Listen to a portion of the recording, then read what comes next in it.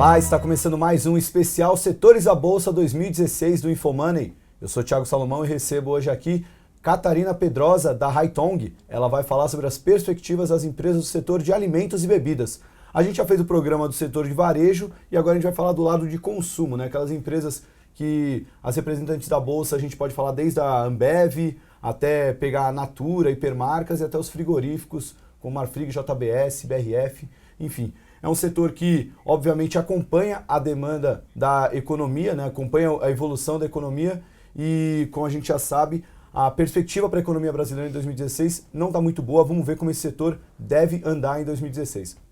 Bom, Catarina, muito obrigado pela participação. Obrigada. Primeiramente, queria que você explicasse um pouquinho como essas empresas estão inseridas na economia brasileira.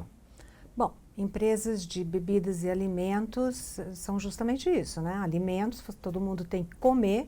A economia crescendo, a economia decrescendo, como nós estamos vendo nesse momento, as pessoas continuam comendo e bebendo, tá? O que acontece é que elas acabam mudando de marcas. Então, é um fenômeno que a gente viu muito no terceiro trimestre, por exemplo, na parte de alimentos, as pessoas deixaram de comer em restaurantes para passar a comer em casa. Então, mesmo vendo uma retração na economia, você acaba vendo crescimento na venda das empresas em função dessa mudança. O que a gente espera é que no próximo passo, se a economia continuar fraca do jeito que está, é que você tenha uma transferência de marcas e de tipos de alimentos que você consome. Então, em vez de você comprar um processado que você enfia no micro-ondas, você pode comprar um frango e fazer a comida por inteiro desde o início. Tá? Então, eu acho que é mais ou menos isso o que representa as empresas de bebidas e alimentos. Você tem, além disso, as empresas que, vamos dizer, que são as fornecedoras para isso, principalmente empresas de soja e milho. Mas essas estão muito mais ligadas a uma economia internacional e uma demanda e oferta internacional do que a economia doméstica. A gente pode, então, classificar o setor de alimentos e bebidas.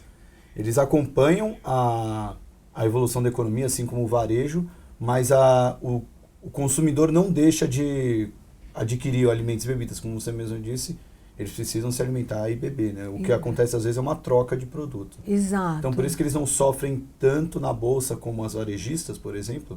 Por exemplo, em 2015... teve caso da Ambev, até os frigoríficos andaram bem mais por causa do dólar, mas Ambev, empresas mais resilientes do que as varejistas, elas conseguem se proteger num momento de retração da economia?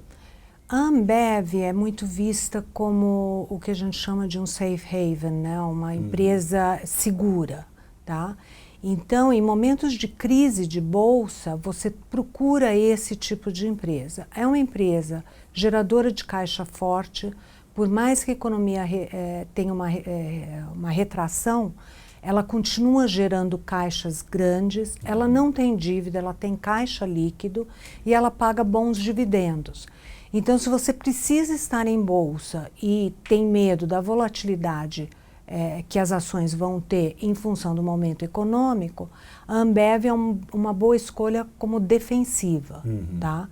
Então, eu acho que ela é um pouquinho um caso à parte em relação às outras. As outras, como você mesmo falou, o câmbio teve boa influência nelas, porque elas praticamente hoje têm grande parte das receitas provenientes do exterior, seja através de exportação, seja através de subsidiárias que elas têm no exterior. Então, a que menos tem seria a BRF, que tem a parte de exportação. Então, 52% da receita dela é exportação. As outras, além da exportação, têm subsidiárias e, portanto, tem muito mais receita em dólar.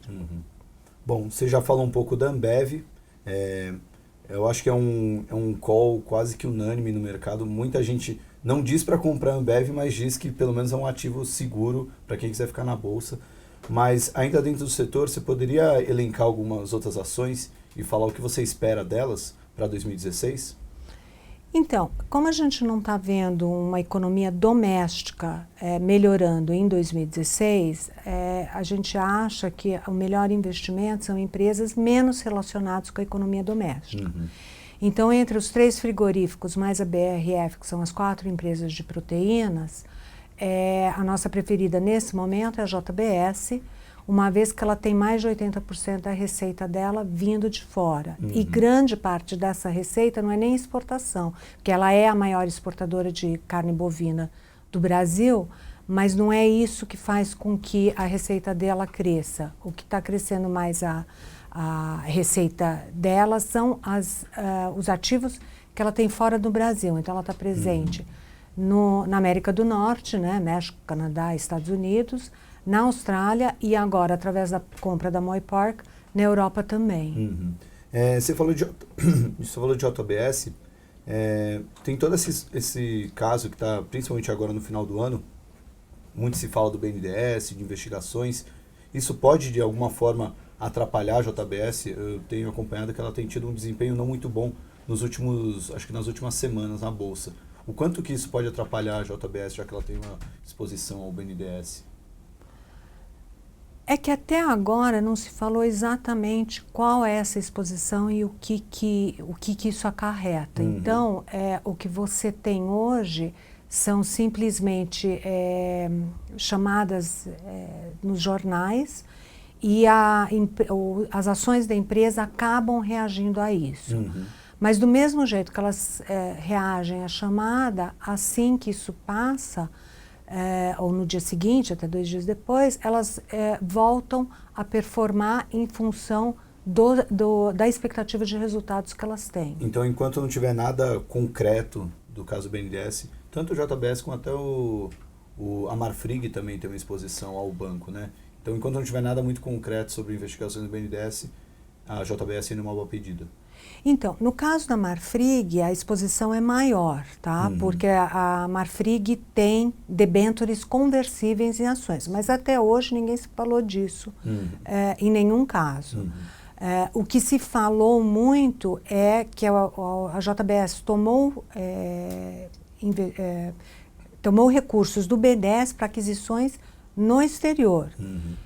Mas mesmo sendo assim, quer dizer, a valorização do papel e a valorização destes ativos, no fim, foram bons negócios. Uhum. Então, é isso que precisa ver exatamente aonde essa investigação do BNDES está indo. Agora, ainda dentro do setor, você falou que a JBS é preferida, mas a gente tem a BRF. Eu acho que foi um caso bem emblemático em 2015, porque era um dos papéis mais, um dos queridinhos do mercado, pela resiliência, e o papel despencou na Bolsa, teve um ano terrível. Agora os bancos recentemente o Bradesco rebaixou a recomendação, alguns outros bancos começaram a revisar as estimativas. Primeiramente, o que explica um movimento tão ruim da BRF e se há um espaço para uma valorização em 2016, já por conta dessa queda? Bom, a gente, na verdade, tinha venda para BRF desde o início do ano. Então acabamos vocês conseguiram pegar esse caminho. De dar o upgrade, né, de elevar ela para neutra, com preço-alvo de 55, saímos de 50 para 55, porque a gente acha que ela tem alguns ganhos que no preço atual ela pode, quer dizer, melhora um pouco o preço atual dela, tá? O que acontece é justamente, quer dizer, a BRF, Sadi e Perdigão são as marcas mais caras. E a dependência dela no mercado doméstico é muito alto. Como a gente está vendo o mercado doméstico deteriorando e ela é a mais exposta ao mercado doméstico com o produto número 1, então, a expectativa é de que você passe a consumir um produto de menor valor agregado, né, de uma competidora, e ela não tem o benefício no mesmo grau que as outras 3 em relação à exportação. Não em relação à exportação, mas em relação a subsidiárias no exterior. Sim. Além disso, ela negocia a mais que o dobro do que as outras 3. Em múltiplos? Em múltiplos, exatamente. Então, é por isso que a gente achava que estava caro, agora a gente acha que está mais ou menos no preço. Muito bom, então, porque recentemente acho que foi o Bradesco, se não me engano, algum banco estrangeiro também rebaixou a recomendação. E, bom, o papel era, junto com o Pão de Açúcar, era um dos papéis que estavam lá perto de R$100, e agora já está bem longe disso, assim como o Pão de Açúcar. Tem mais alguma ação do segmento de alimentos e bebidas que vale a pena ficar de olho para 2016?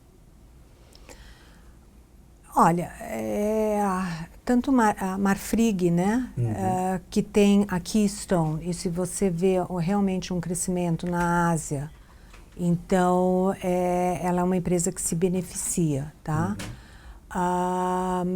Porém, a JBS a gente acha que tem mais espaço de crescimento porque ela tem mais exposição ao mercado externo do que tem a Marfrig. Então, sua preferência é JBS? É isso. E Ambev também entra nessa preferência ou só para um investidor mais defensivo? Ambev é para investidor defensivo. Então tá. E então, só para fechar, sua perspectiva para o setor, que deve repetir 2015, as expostas à economia internacional devem ir bem e as expostas ao mercado doméstico devem ir Exatamente, exatamente isso. Bom, então tá, Tá Catarina. Muito obrigado pela participação. E vocês acompanhem os próximos vídeos do especial 2016 Infomoney Setores da Bolsa. Até lá.